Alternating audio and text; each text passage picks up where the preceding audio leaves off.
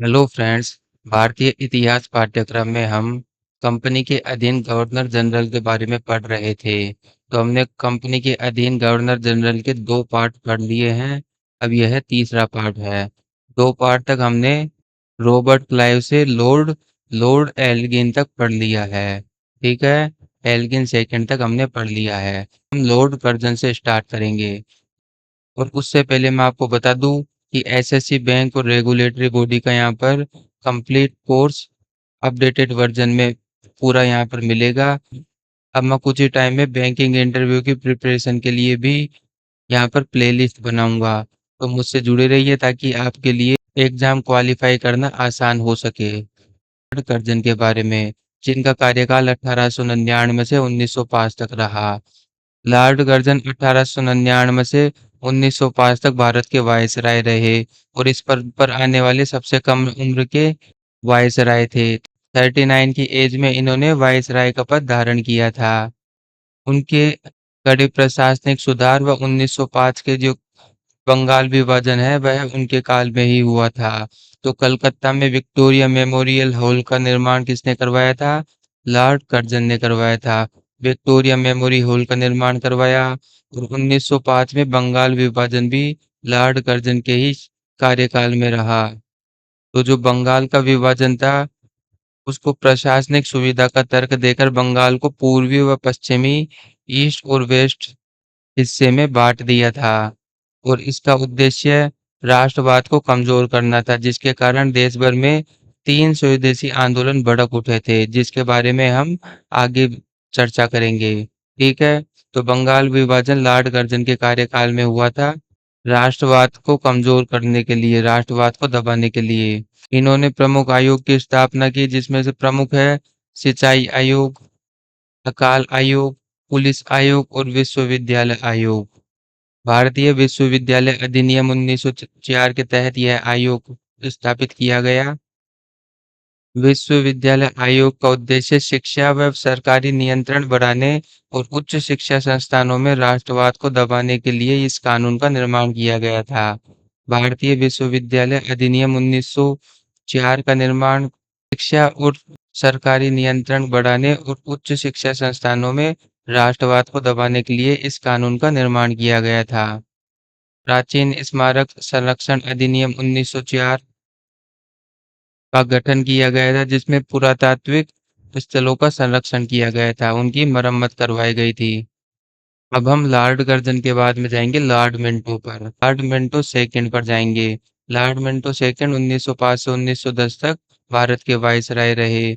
1906 में मुस्लिम लीग की स्थापना लॉर्ड मिंटो सेकंड के कार्यकाल में हुई। कहाँ पर हुई थी? ढाका में हुई थी। तो फाउंडर कौन थे? को फाउंडर थे आगा खां और सलीम उल्लाह खां। मुस्लिम लीग की जो स्थापना हुई थी उसके को फाउंडर आगा खां और सलीम उल्लाह खां थे। 1907 में कांग्रेस का सूरत अधिवेशन हुआ था, इसमें कांग्रेस का विभाजन हुआ था। कांग्रेस का सूरत अधिवेशन 1907 में हुआ था, जिसके कार्यकाल में लॉर्ड मिंटो सेकंड के कार्यकाल में मुसलमानों के लिए अलग निर्वाचन व्यवस्था बनाई गई थी, जिसे सांप्रदायिक और इन्हें सांप्रदायिक निर्वाचन प्रणाली के जनक भी कहा जाता है। सांप्रदायिक निर्वाचन प्रणाली के जनक किसको कहा जाता है? लॉर्ड मिंटो सेकंड को। इन्होंने मुसलमान के लिए अलग निर्वाचन व्यवस्था बनाई थी। स्वदेशी व बहिष्कार आंदोलन की लहर इनके कार्यकाल में चल रही थी। खुदीराम बोस, प्रफुल्ल चाकी, स्वदेशी व बहिष्कार आंदोलन में कुछ प्रमुख नाम थे। तो लॉर्ड मिंटो सेकंड का कार्यकाल कब से कब तक रहा? 1905 से 1910 तक रहा। वह भारत के वायसराय और गवर्नर जनरल रहे। उनके कार्यकाल में मुस्लिम लीग की स्थापना हुई, कांग्रेस का सूरत अधिवेशन हुआ। जो मुसलमानों के लिए अलग निर्वाचन व्यवस्था थी, यह कौन से अधिनियम में आती थी? मिडले मांटो मिडले मांटो अधिनियम 1909 में, जो इन्हीं के कार्यकाल में रहा। कांग्रेस के सूरत अधिवेशन में कांग्रेस गरम दल और नरम दल में बट गई थी। बाल गंगाधर तिलक को 6 वर्ष का कारावास इन्हीं के कार्यकाल में रहा। इनको बड़ौदा जेल में बंद किया गया था। बाल गंगाधर तिलक को राजद्रोह के आरोप में 6 वर्ष की सजा देकर मांडले जेल भेजा गया था, जो कि बड़ौदा में है। अब हम पढ़ेंगे लॉर्ड हार्डिंग सेकंड के बारे में, जिनका कार्यकाल 1910 से 1911 तक रहा। तो 1911 में जॉर्ज प्रथम भारत आए और उनके आगमन के लिए दिल्ली दिल्ली दरबार का आयोजन किया गया था। तो दिल्ली दरबार का आयोजन किसके स्वागत में किया गया था? लॉर्ड पंचम और क्वीन मैरी के स्वागत में किया गया था। और दिल्ली दरबार में यह घोषणा हुई कि बंगाल विभाजन को रद्द किया जाए और भारत की राजधानी कलकत्ता से दिल्ली शिफ्ट की गई। ठीक है, तो भारत की राजधानी कलकत्ता से दिल्ली कब शिफ्ट की गई? 1911 में। इसी दरबार में घोषणा हुई थी। और बंगाल विभाजन के फैसले को भी इसी दरबार में रद्द किया गया था। तो 1912 में दिल्ली को भारत की राजधानी बनाया गया। चांदनी चौक में 1912 में हार्डिंग पर बम फेंका गया था। किसने फेंका था? रास बिहारी बोस ने। इसे दिल्ली षड्यंत्र केस भी बोला जाता है। चांदनी चौक में दिल्ली में लॉर्ड हार्डिंग के जुलूस पर क्रांतिकारी द्वारा बम फेंका गया था, जिसमें वह बाल बाल बच गए थे। हार्डिंग मरे नहीं थे, बच गए थे। किसने फेंका था? रास बिहारी बोस ने फेंका था। बसंत कुमार विश्वास भी थे। और 1911 में लॉर्ड हार्डिंग के कार्यकाल में बनारस हिंदू विश्वविद्यालय की स्थापना हुई। Home rule league home rule league आंदोलन की शुरुआत 1916 में इन्हीं के कार्यकाल में हुई थी। और प्रथम विश्व युद्ध जो 28 जुलाई 1914 में चला, वह इन्हीं के कार्यकाल में स्टार्ट हुई थी। ठीक है। और प्रथम विश्व युद्ध में भारत को भी शामिल किया गया था बिना उसकी मर्जी के। और लॉर्ड हार्डिंग के कार्यकाल में 1915 में गांधी जी दक्षिणी अफ्रीका से भारत इन्हीं के कार्यकाल में आए थे। अब हम पढ़ेंगे लॉर्ड हार्डिंग के बाद में लॉर्ड चैम्सफोर्ड, जिनका कार्यकाल कब से कब तक था? 1916 से 1921 तक था। लॉर्ड चैम्सफोर्ड के कार्यकाल 1916 में कांग्रेस का लखनऊ अधिवेशन हुआ। इसमें कांग्रेस का फिर से एकीकरण हुआ। गरम दल और नरम दल जो सूरत अधिवेशन में अलग हो गए थे, अब उनका एकीकरण हुआ। और कांग्रेस का मुस्लिम लीग के साथ समझौता हुआ, जिसको क्या कहा जाता है? लखनऊ पैक्ट। तो कांग्रेस का मुस्लिम लीग के साथ समझौता लखनऊ पैक्ट में हुआ। होम रूल आंदोलन की शुरुआत यहाँ से हुई 1916 में। होम रूल आंदोलन के जनक कौन थे? तिलक और एनी बेसेंट। 1919 में रोलेट एक्ट भी इन्हीं के कार्यकाल में प्रारंभ हुआ था। होम रूल आंदोलन, रोलेट एक्ट, लखनऊ पैक्ट, इन सब के बारे में एक एक कर बाद में पढ़ेंगे। जब हम महात्मा गांधी, नेहरू, इनके बारे में पढ़ेंगे तब हम इनको एक एक कर पढ़ेंगे। तो रोलेट एक्ट कब पारित हुआ था? 1919 में पारित हुआ था। यह एक दमनकारी कानून था, जिसमें बिना किसी वारंट के संदेह के आधार पर ही भारतीयों को गिरफ्तार करने का अधिकार अंग्रेजों को मिल गया था, जिसका देश भर में विरोध हुआ था। सिर्फ संदेह के आधार पर आप गिरफ्तारी कर सकते हो भारतीयों की। ठीक है। रोलेट एक्ट में 13 अप्रैल 1919 जलियांवाला बाग हत्याकांड भी इन्हीं के ही कार्यकाल में हुआ था। अमृतसर में जनरल डायर ने शांतिपूर्ण सभा पर गोलियां चलाई, जो भारतीय इतिहास का सबसे काला अध्याय रहा। हजारों लोग मारे गए। खिलाफत आंदोलन और असहयोग आंदोलन भी इन्हीं के कार्यकाल में रहा। जलियांवाला बाग और रोलेट एक्ट के विरोध में महात्मा गांधी ने असहयोग आंदोलन की शुरुआत की थी। 1916 पूना में महिला विश्वविद्यालय की स्थापना लॉर्ड जेम्स फोर्ड के कार्यकाल में रहा। 1919 भारत सरकार अधिनियम माउंटेन्यू चैम्सफोर्ड सुधार अधिनियम इन्हीं के काल में रहा। तो जो माउंटेन्यू होते हैं ये तो होते हैं सचिव, और जो चैम्सफोर्ड होते हैं ये थे वायसराय। ठीक है। माउंटेन्यू चैम्सफोर्ड सुधार अधिनियम क्या था? इसके तहत प्रांतों में द्वैध शासन प्रणाली शुरू की गई थी। अब हम आते हैं लॉर्ड रेडिंग के बारे में, जो 1921 से लेके 1926 तक इनका कार्यकाल रहा। 1922 में चोरा चोरी कांड हुआ लॉर्ड रेडिंग के कार्यकाल में। 1923 में क्या हुआ? स्वराज पार्टी की स्थापना की गई थी। किसने की थी? सी आर दास और मोतीलाल नेहरू ने की थी। 1921 में मोपला विद्रोह भी इन्हीं के कार्यकाल में रहा। हम 1900 से लेके 1947 तक का कार्यकाल देखेंगे, तब इनके बारे में एक एक कर अच्छे से डीप रीडिंग करेंगे। अभी हमें कि हमें जो वायसराय है इनके कार्यकाल में क्या घटना हुई थी, अभी सिर्फ इतना ही फोकस करना है। तो 1921 में मोपला विद्रोह हुआ। 1921 में एम.एन. राय द्वारा भारतीय कम्युनिस्ट पार्टी का गठन हुआ। भारतीय कम्युनिस्ट पार्टी का गठन किसके द्वारा हुआ था?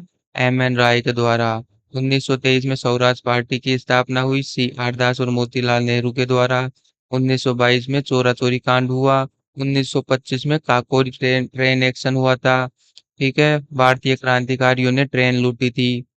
1927 में साइमन कमीशन की नियुक्ति की गई थी और काफी विद्रोह हुआ था और लाला लाजपत राय की लाठी मारकर हत्या कर दी गई थी।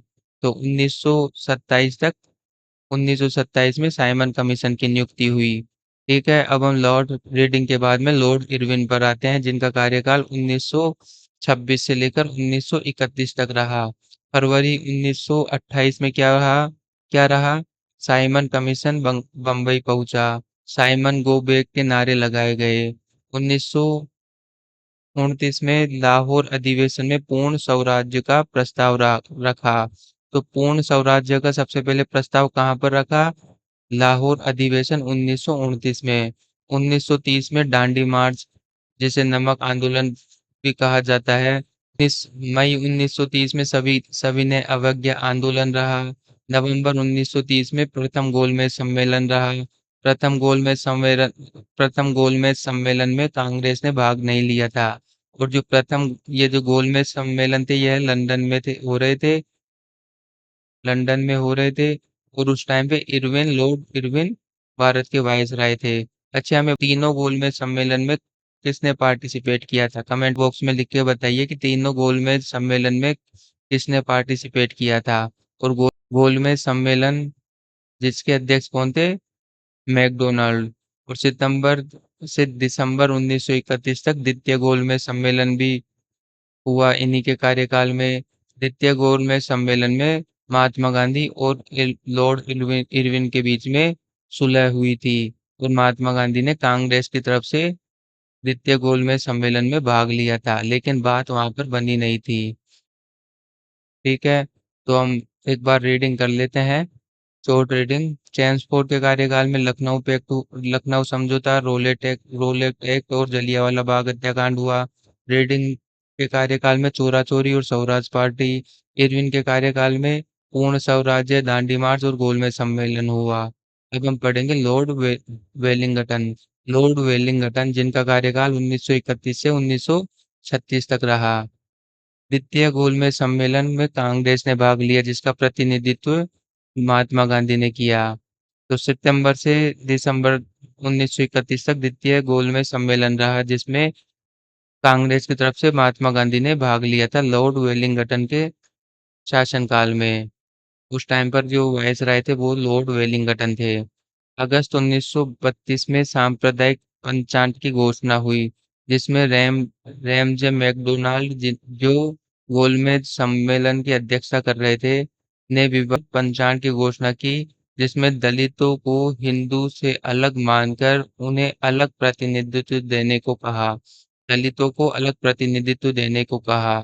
दलितों के लिए एक अलग से निर्वाचन मंडल बनाने को कहा। तो सांप्रदायिक पंचायत 1932 क्या था? इसमें हिंदू और दलितों के लिए अलग निर्वाचन मंडल बनाया गया। ठीक है, गांधी जी ने इसका कड़ा विरोध किया। फिर इसके लिए पूना समझौता हुआ, जिसमें विभाजन को रोका गया और दलितों के लिए सामान्य वर्ग में अलग से सीटें आरक्षित किया कर दी गई। जो हमारे SC ST होते हैं इनके लिए अलग से इसी में ही सीटें आरक्षित कर दी गई थी। ठीक है, अब हम पढ़ेंगे पूना समझौता। दलित वर्गों के लिए सामान्य वर्गों में ही सीटों का आवंटन किया गया। दिसंबर 1932 में तृतीय गोलमेज सम्मेलन हुआ, जिसमें कांग्रेस ने पार्टिसिपेट नहीं किया था। 1935 भारत सरकार अधिनियम इन्हीं के कार्यकाल में पारित हुआ था। किसके कार्यकाल में पारित हुआ था? लॉर्ड वेलिंगटन के कार्यकाल में पारित हुआ था। अब हम पढ़ेंगे लॉर्ड लिन लिथगो के बारे में। लॉर्ड लिन लिथगो 1936 से 1943 तक इनका कार्यकाल रहा। भारत में सबसे बड़ा कार्यकाल किसी भी वायसराय का रहा, वह कौन था? लॉर्ड लिनलिथ को। और इन्हीं के समय द्वितीय विश्व युद्ध हुआ 1942 का भारत छोड़ो आंदोलन जैसी बड़ी घटनाएं भी इन्हीं के कार्यकाल में हुई। इनका कार्यकाल 1936 से 1943 तक रहा और पहली बार चुनाव इन्होंने ही भारत में करवाए थे 1937 में। सितंबर 1939 में द्वितीय विश्व युद्ध भी इन्हीं के कार्यकाल में प्रारंभ हुआ था। इन्होंने भारतीयों से बिना पूछे भारतीयों को युद्ध में झोंक दिया था। मई 1939 में सुभाष चंद्र बोस ने फॉरवर्ड ब्लॉक की स्थापना इन्हीं के ही कार्यकाल में किया था। सुभाष चंद्र बोस ने फॉरवर्ड ब्लॉक की पार्टी बनाई थी जो इन्हीं के कार्यकाल में बनी थी। लाहौर अधिवेशन में पाकिस्तान की मांग 1940 में इन्हीं के कार्यकाल में उठी थी। अगस्त 1940 में अगस्त प्रस्ताव लाया गया।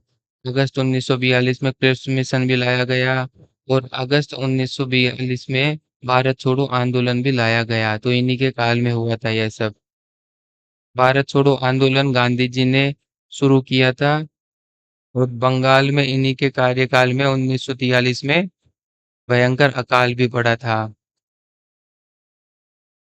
तो लॉर्ड लिनलिथगो के बारे में इतना ही पढ़ेंगे हम, जो एग्जाम की दृष्टि से इम्पोर्टेंट है। अब हम आते हैं लॉर्ड वेवेल।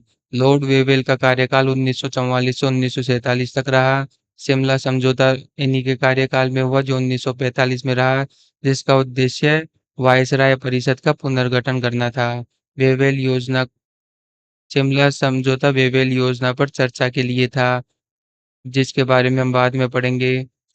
तो शिमला समझौता 1945 वायसराय लॉर्ड वेवेल द्वारा आयोजित एक बैठक थी। इसमें कार्यकारी परिषद के पूर्ण भारतीयकरण और कांग्रेस और मुस्लिम लीग के बीच राजनीतिक गतिरोध को दूर करने पर चर्चा की गई थी। जो कांग्रेस और मुस्लिम लीग में राजनीतिक गतिरोध थी, उसको समाप्त करने पर चर्चा की गई थी। लेकिन जिन्ना की जिद के कारण यह असफल रहा। और जिन्ना की जिद क्या थी? जिन्ना ने मुस्लिम लीग की मांग की थी और कांग्रेस ने एक धर्मनिरपेक्ष और राष्ट्रीय संगठन होने के नाते इस दावे को अस्वीकार कर दिया था। जिन्ना ने मुस्लिम लीग की मांग की थी और कांग्रेस ने इसे अस्वीकार कर दिया था।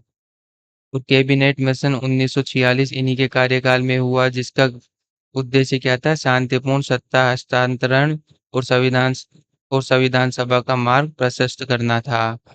अच्छा, कैबिनेट मिशन के सदस्य कौन-कौन थे? स्टैनफोर्ड क्रिप्स, पैथिक लॉरेंस और अलेक्जेंडर। ये नाम हमें याद रखना है, पूछा जाता है एग्जाम में। फरवरी 1947 में पीएम लॉर्ड क्लीमेंट एटली ने घोषणा की कि जून 1948 तक सत्ता भारत के हाथ में दे देंगे। तो जून 1948 तक सत्ता भारत के हाथ में आ जाएगी। उस टाइम पर जो ब्रिटिश प्राइम मिनिस्टर क्लीमेंट एटली थी, उन्होंने घोषणा की।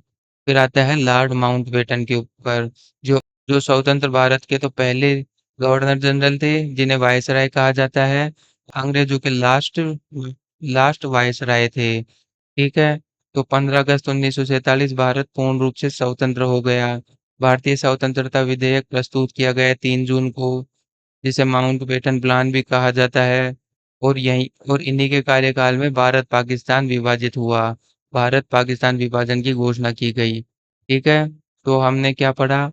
लॉर्ड वेवेल 1944 से 47 तक, शिमला समझौता, कैबिनेट मिशन और एटली घोषणा। लॉर्ड माउंटबेटन 1947 से 1948 तक, स्वतंत्र भारत के पहले गवर्नर जनरल, 15 अगस्त की स्वतंत्रता, भारत पाक विभाजन। और भारत के जो लास्ट वायसराय थे वह भारतीय ही थे, श्री राजा गोपालचारी, जो 1948 से 50 तक रहे। पहले और एकमात्र भारतीय गवर्नर जनरल, जिन्हें हम वायसराय भी कहते हैं। तो इस तरीके से आज हमने पार्ट 3 में वायसराय को कंप्लीट कर लिया है। ठीक है। तो आप इसी तरीके से मेरे इस चैनल से जुड़े रहिए। मैं आपको यहाँ पर बिना टाइम गवाए आपको एफिशिएंट मैनर में पूरा कोर्स प्रोवाइड करवाऊंगा और मैं वही पढ़ाऊंगा जो एग्जाम के लिए रेलेवेंट है। आपको इसी को पढ़कर एग्जाम में जाना है। क्वेश्चन यहीं से ही आएंगे। ठीक है। थैंक यू सो मच मेरे से जुड़ने के लिए।